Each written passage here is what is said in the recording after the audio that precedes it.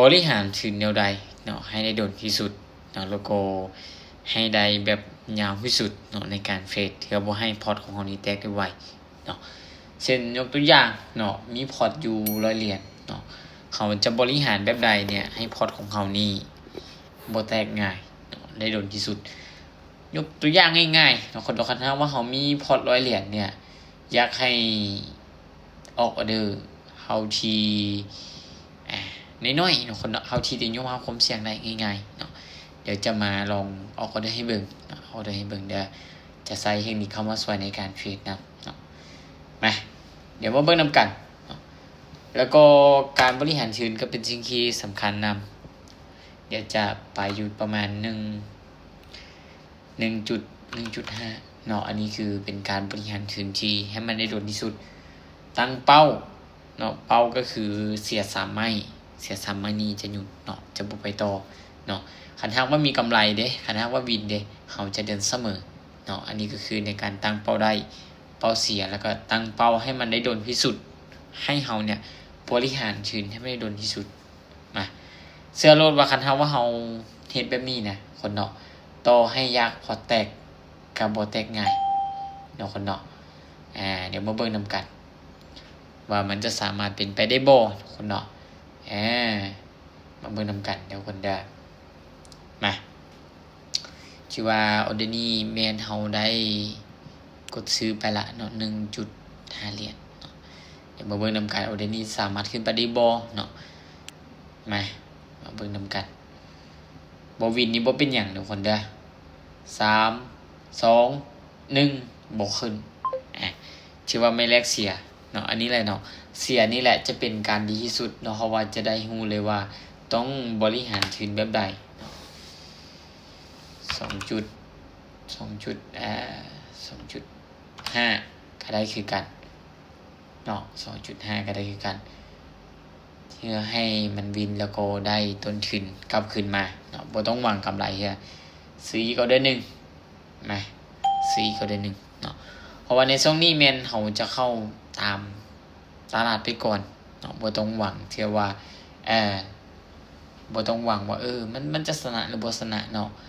หลักๆก็คือต้องเข้าตามเทคนิคของตัวเองต้องมั่นใจมาเดี๋ยวมาเบิ่งนำกันสำหรับในออเดอร์นี้จะขึ้นไปได้บ่แต่คันหากว่าเป็นแบบนี้เนาะคนเนาะสำหรับคลิปนี้จะยาวนิดนึงคนเนาะอดฟังอดเบิ่งนำกันเอาเด้อเนาะอันนี้จะเป็นวิธีการในการบริหารทุน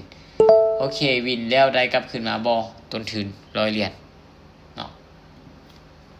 ไปต่อตั้งเป้าเนาะคนเนาะตั้งเป้าได้อยู่ที่5เหรียญต่อมื้อเนาะแต่ว่าค่อยจะบ่เก็บพอ5เหรียญมาเดียวเนาะจะเก็บประมาณ2หรือ3เหรียญเนาะบ่ต้องเก็บหลายออเดอร์นี้ตัดสินใจซื้ออีกวันนึงเดี๋ยวมาเบิ่งนำกันขึ้นไปงามๆเลยนะสำหรับในออเดอร์นี้เดี๋ยวมาเบิ่งนำกันเด้อ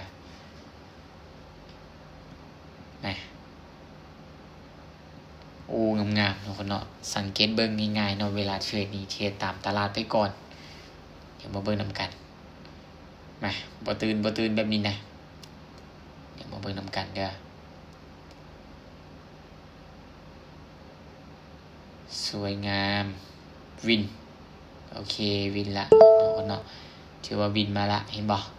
ปัจจุบันนี้ได้กำไร2เหรียญแล้วเนาะเอาไปอีก 1.5 เดี๋ยวมาเบิ่งนำกัน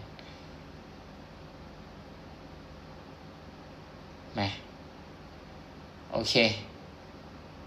สำหรับแนวเดนี้ถือว่ามีการหักดันราคาลงมาขายเดี๋ยวนี้ขายเดี๋ยวมาเบิ่งนำกันจะให้เบิ่งนี่เป็นการฟีดแบบสดๆนะคนเนาะขายเดี๋ยวนี้กดขายไปละเดี๋ยวมาเบิ่งนำกันจะลงมาได้บ่โอ้ยจะลงมาได้บ่เนาะกลับขึ้นไปคือเก่าบ่เป็นหยังลุ้นนำกันต่อ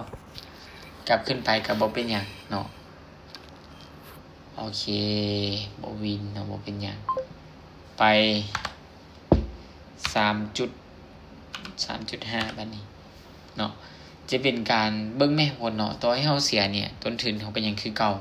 เนาะต้นทุนยังคือเก่าเนาะเพราะว่าหยังเพราะว่าเฮาเอากำไรไปต่อเนาะเดี๋ยวมาเบิ่งนำกันสำหรับในวันนี้ชื่อว่าเมื่อกี้นี้ให้ขายหักดันราคาลงมาแต่ว่าขึ้นไปแบบนี้มาซื้ออีกออเดอร์นี้ซื้อเลยเนาะไปตามแนวโน้มของตลาดเดี๋ยวมาเบิ่งนำกันสำหรับปัจจุบันนี้แนวโน้มของตลาดนี้เป็นขาขึ้นแบบชัดเจนเดี๋ยวจะให้เบิ่งนี่แนวโน้มของตลาดเนาะเป็นขาขึ้นแบบชัดเจนลองเบิ่งว่ามันจะสามารถขึ้นไปปิดซื้อได้หรือบ่มางามทุกคนเนาะสำหรับในออเดอร์นี้3 1สวยวินงามๆทุกคนเนาะปัจจุบันนี้ได้กำไรมา4เหรียญทุกคนเนาะเก็บฮอด5เหรียญละเนาะอันนี้จะเป็นวิธีการที่บริหารชีวิตให้ได้โดนที่สุดเนาะหากว่าอยากได้5เหรียญอีกเด้ออเดอร์นี้ไป1เหรียญเนาะมาเอามาทอน5เหรียญซะออเดอร์นี้ไป1เหรียญเนาะแนวโน้มขาขึ้นแบบนี้ซื้ออย่างเดียวเนาะบ่ต้องสนเทรนเนาะไป1เหรียญเนาะออเดอร์นี้ไป1เหรียญเด้อลองเบิ่งนำกันเนาะ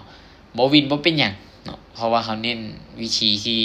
บริหารทุนที่ว่าให้มันได้อยู่กับตลาดโดนที่สุดเดี๋ยวมาเบิ่งนำกันว่าเดี๋ยวนี้จะสามารถขึ้นไปได้บ่เนาะเดี๋ยวมาเบิ่งนำกันเด้อขึ้นไปละเห็นบ่แค่ตามเทรนนี่จังได๋ก็มีกำไรเนาะมาเบิ่งนำกัน1สวยงามเห็นบ่ถือว่าได้กำไรตามเป้าเดี๋ยวให้เบิ่งเห็นบ่กำไร5เหรียญเนาะตามที่ต้องการเป๊ะๆทุกคนเนาะแต่ว่าอาจจะใช้เวลาหน่อยนึงทุกคนเนาะใช้เวลาในการบริหารทุนเนาะใช้เวลาในการจับจุดในการเข้าจองตลาดทุกคนเนาะอันนี้จะเป็นวิธีการที่บริหารทุนได้โดนที่สุดทุกคนเนาะแล้วก็ให้ยามเวลาเสียกับมีเป้าได้เป้าเสียให้กับตนเองเนาะสำหรับคลิปนี้ถือว่าเป็นการบริหารทุนให้เบิ่งสำหรับคนที่มีงบประมาณ100เนาะบริหารทุนจังได๋ให้มันได้โดนเนาะเป้าได้ก็คือได้5เหรียญแล้วก็หยุดเนาะเป้าเสีย3ไม้แล้วก็หยุดเนาะก็มีอยู่ในประมาณนี้เนาะสำหรับการบริหารทุนที่ว่าให้มันได้โดนที่สุด